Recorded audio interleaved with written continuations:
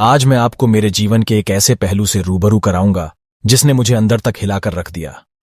गर्मियों की छुट्टियों में मैंने मेरी मां से नानी नाना के बारे में पूछा तो मां ने उदास मन के साथ कहा कि बेटा, तेरे नाना नानी ने मुझसे रिश्ता तोड़ लिया है क्योंकि मैंने अपनी पसंद के लड़के से शादी की थी।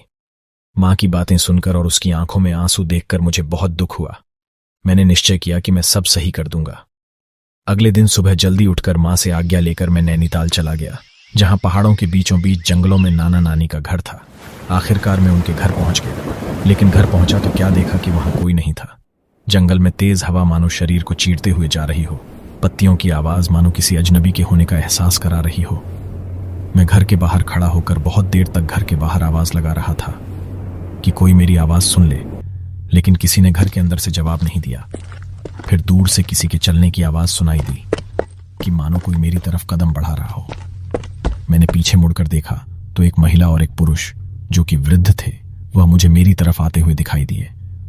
मैंने उनसे पूछा कि क्या आप मेरे नाना नानी हैं? उन्होंने मुझे कुछ भी जवाब नहीं दिया और वह सीधा घर के अंदर चले गए। मैं यह देखकर आश्चर्यचकित हो गया कि उन्होंने मुझसे बगैर बात किए घर के अंदर चले गए। मैं बहुत घबरा गया, मेरा गला पूरा सूख चुका था। मैं सहमा हुआ। धीरे धीरे उस आदमी के पास जाकर बोला कि मेरी माँ ने मुझे यहाँ भेजा है, आप उनसे क्यों नाराज हैं? वह आदमी कुछ नहीं बोला। फिर मैं अंदर गया तो उन दोनों ने मुझे अंदर आने से रोका नहीं। फिर मैं समझ गया कि हो ना हो यही मेरे नाना नानी है। फिर नानी ने मुझे ऊपर का कमरा दिखाया। उस घर में मुझे कुछ अजीब सा लगा, जैसा मानो कोई साया मेरा पीछा कर रहा हूं। उस घर में बहुत अंधेरा ही अंधेरा था, मोबाइल का नेटवर्क भी नहीं आ रहा था। मैं खाना खाकर अपने कमरे में चला गया। मैंने कमरे का दरवाजा बंद किया और अपने पलंग पर जाकर लेट गया। पलंग पर लेटते ही मुझे कुछ अजीब सा महसूस हुआ। जैसे तैसे मैंने सोने की कोशिश की, पर आंखों में नींद नहीं, दिल में डर था। एक अजीब सी घबराहट हो रही थी, पर पता नहीं यह घबराहट किस चीज की थी। बहुत रात हो चुकी थी और मैं भी बहुत थक गया था। अब धीरे धीरे नींद भी आने लगी थी। फिर अचानक मेरे कमरे के बाहर से कुछ आवाज आना शुरू हो गई। मैं बहुत डर गया कि अचानक यह आवाज कैसी, जैसे तैसे खुद को संभाला और दरवाजा खोला तो वहां कोई नहीं था।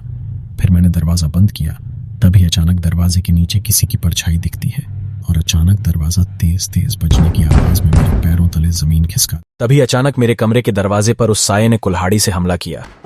यह देखकर मैं बहुत घबरा गया। मेरा सर चकराने लगा और मैं वहीं बेहोश होकर गिर गया। अगले दिन सुबह उठा तो मैंने नानी के साथ एक फोटो खींचकर मां को भेजने की सोची, परंतु नेटवर्क नहीं होने के कारण मैं घर के बाहर चला गया। फोटो मां को भेज दी। मुझे यहां नाना नानी के घर आए हुए पूरा एक दिन हो चुका था। यह दिन कैसे तैसे बीत गया। रात होने को आई थी। मैंने नाना नानी के साथ खाना खाया और खाना खाकर अपने कमरे में चला गया। कमरे में जाकर कुछ देर बैठा और सोचता रहा कि कल रात मेरे साथ क्या हुआ। सोचते सोचते मुझे अपना बैग दिखाई दिया। मैंने अपना बैग खंगालना स्टार्ट किया तो मुझे अपने बैग में एक छोटा सा कैमरा दिखाई दिया। मैंने उस कैमरे को अपने कमरे के दरवाजे के बाहर लगा दिया और उसे अपने मोबाइल से कनेक्ट कर दिया और फिर अपने मोबाइल में देखता रहा।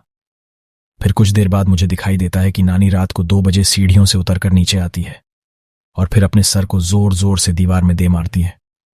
ये सब देखकर मैं बहुत डर जाता हूं कि अचानक नानी को क्या हुआ, वह अपना सर दीवार में क्यों मार रही है।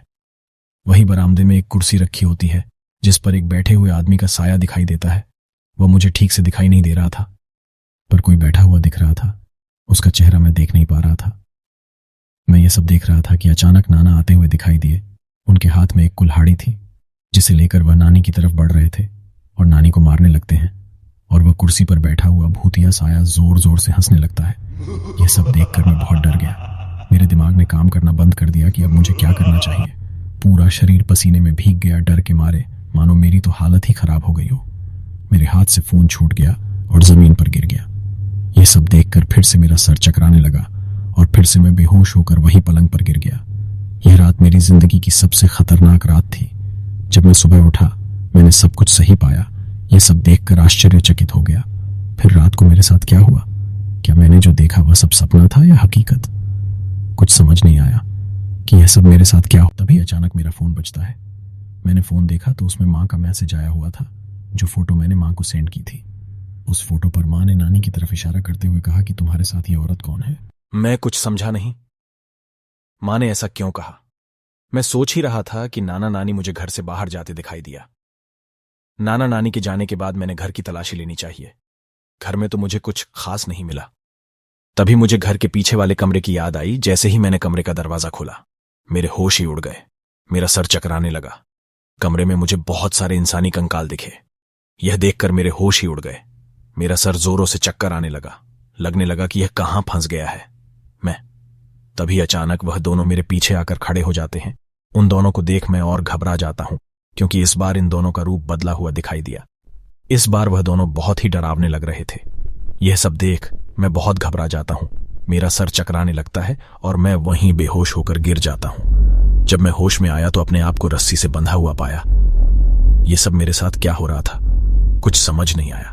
मैंने नाना नानी को बहुत समझाया, परंतु वह दोनों मेरी बात सुन ही नहीं रहे थे। वह दोनों मुझे मारना चाहते थे, पर अचानक जोरों की हवा चलने लगी, बादल गरजने लगे, जोरों की बिजली कड़कने लगी। यह सब क्या हो रहा था, मुझे कुछ समझ नहीं आया।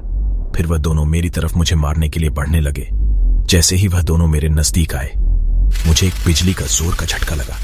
जैसे ही झटका लगा, मुझे मेरे अंदर बहुत ताकत महसूस हुई। यह सब देख वह दोनों मुझे मारने के लिए मेरे नजदीक आए, परंतु अचानक मैंने ही उन पर जोरदार वार कर दिया और एक ही बार में उन दोनों का काम तमाम कर दिया। इन दोनों का अंत हो गया और मैं भी अब होश में आने लगा। ये जो सब मेरे साथ हो रहा था, अचानक इतनी ताकत कहां से मेरे अंदर आई। मेरी मां का प्यार और नाना नानी का आशीर्वाद, आज इन्हीं की वजह से मैंने अपने अंदर की ताकत को महसूस किया। किसी से आज मेरी जान बच पाई और उन दोनों इंसानी आदमखोर से अपने आप को बचा पाया। यह सब खत्म होने के बाद मैं अपने घर लौट गया और मां को सब विस्तार से बताया।